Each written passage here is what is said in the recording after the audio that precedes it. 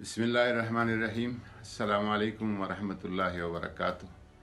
मैं आपका खादिम दुआगो नूरुल हक कादरी अर्ज़ कर रहा हूँ।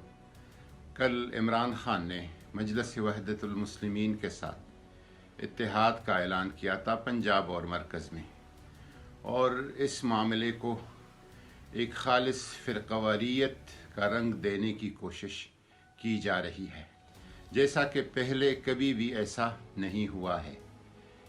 मुत्तहिदा मजलिस अमल और उससे पहले कौमी इत्तेहाद और मुख्तलिफ इस किस्म के इत्तेहाद, जिसमें मुख्तलिफ मसालिक और मजहबी वाबस्तगियों से मुताल्लिक़ लोग एक दूसरे के साथ इत्तेहाद करते हैं और एक प्लेटफार्म पे आगे चलते हैं। इस हवाले से पाकिस्तान तहरीक इंसाफ के वर्कर्स को दानिस्ता तौर पर एक मनसूबाबंदी के तहत गुमराह करने की कोशिश की जा रही है। पाकिस्तान तहरीक इंसाफ सुन्नियों का भी है, शियों का भी है और तमाम मसालिक का है। ये तहरीक तमाम मसालिक के इत्तेफाक और इत्तेहाद का एक अमली नमूना है।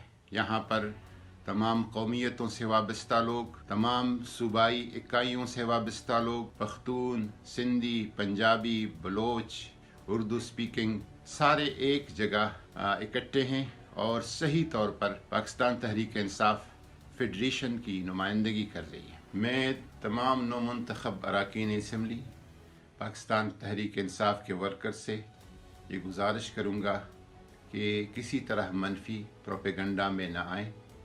ये इत्तेहाद तकनीकी बुनियादों पर, सियासी बुनियादों पर उस ज़रूरियात को पूरा कर जाएगा जिसमें हमारी मखसूस ख़वातीन और अक़लियतों की नशिस्त हमें मिल जाएंगे, और इंशाअल्लाह ताला पाकिस्तान एक अजीम तर मसलकी, मजहबी, फ़िक्री, लिसानी, कौमियती हम-आहंगी के साथ पाकिस्तान तहरीक इंसाफ के ज़ेर साया और परचम तले आगे चलेगी।